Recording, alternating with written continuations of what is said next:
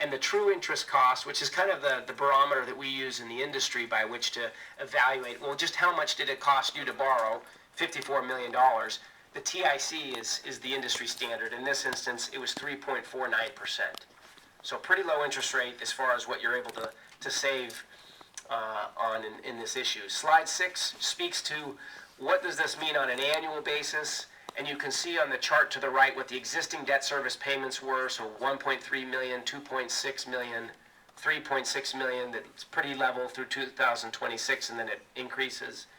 And then we swapped out that higher interest rate bearing debt service with the lower interest rate bearing debt service, which is represented by the new debt service column, and then the corresponding savings, about $270,000 a year through 26, then $500,000 a year in the last 2 years, over $1 million. Very pleased with the results, largely because when we came to you at the time, we were projecting $7.2 million based on interest rates on January 28th. Since that time, interest rates increased 7 straight weeks.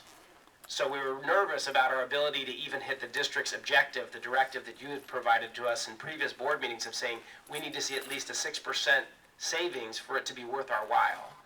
And at the time, of course, we were at 10.6, but as rates went up, and up, we were nervous about where interest rates would ultimately be at the time of the pricing. But happy to report that the PV savings was 9.4%, which was more than 50% of the board's minimum standard and 3 times what the industry standard is as far as what the Government Finance Officers Association recommends for a minimum standard. So we're very pleased with that result on the refunding. There's a number of other pages. Slide 7 speaks to the cost of issuance associated with the financing. And then there's some additional pages I'm not going to go over in any great detail just because a lot of this is for historical record. I've said it many times before that if anyone wants to question, why did we price when we did, what was going on at the time, there's a lot of information in the appendix. So if we'll just flip through each of these next few slides. So there's some market news, next slide, and this is generally what was going on. So positive employment report, when there's good news in the economy, that's bad news for interest rates.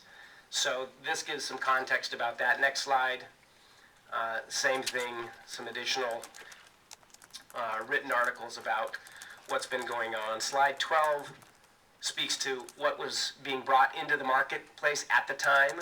And one of the big challenges here was that the state of California was bringing $2 billion into the market the same week that we were pricing. But we got out in front of it. We were able to price before the California GOs priced, and that was to our benefit as interest rates continued to go up. Economic indicators, again, a lot of this is detailed information so that we can go back and recreate the environment. The last section I think is interesting because it's comparable bond sales. Because it's one thing to say, hey, we priced in a great interest rate environment, congratulations, kudos.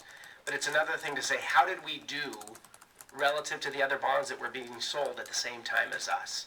So these last 3 slides speak to comparable sales, and it basically compares our sale to other like-rated districts. So we won't compare ourselves to a AAA rated district, nor would we compare ourselves to a BBB rated district. But how did the other AA3 districts do, and how did we measure ourselves against them?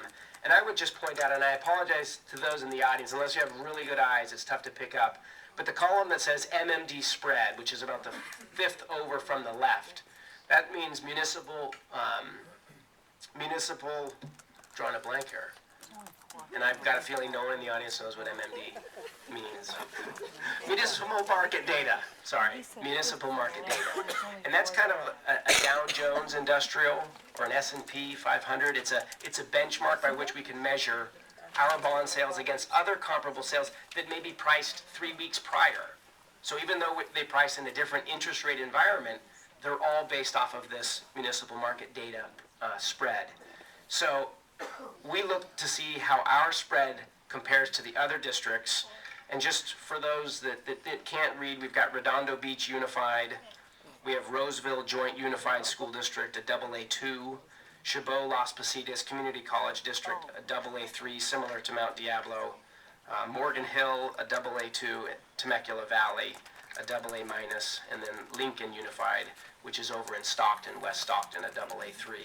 So I think if you look at every district that we had as comparables, with the exception of Morgan Hill, which is a solid AA2, we exceeded the spreads of all the other comparable bond sales. So we felt that the underwriting team did a commendable job in pricing these at low rates. Again, the punchline is nearly $7 million in savings to property owners in reduced taxes, and collectively $20 million for all the 2002 bond sales. Unfortunately, this is the last of the 2002 bond sales, so there will be no more refundings.